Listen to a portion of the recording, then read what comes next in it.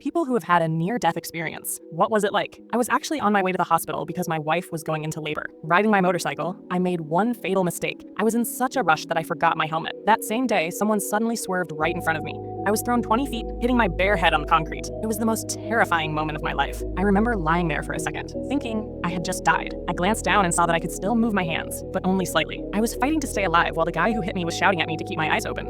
But I couldn't. In that moment, I started seeing everything that would happen if I were gone. My wife moving on and remarrying, my baby boy growing up without his real dad, someone else taking him to his sports practices and teaching him how to drive. All the things my own father never did with me, things I had promised myself I would one day do with my son. The next thing I remember was waking up to my son's big blue eyes. I wasn't sure what was real anymore, but soon I learned I had been in a coma, a very real one. I had been asleep for 4 months, and though I had survived, I quickly realized my right leg was gone. It had been infected and had to be removed. I don't talk about this often, but I'm convinced my unborn son saved my life.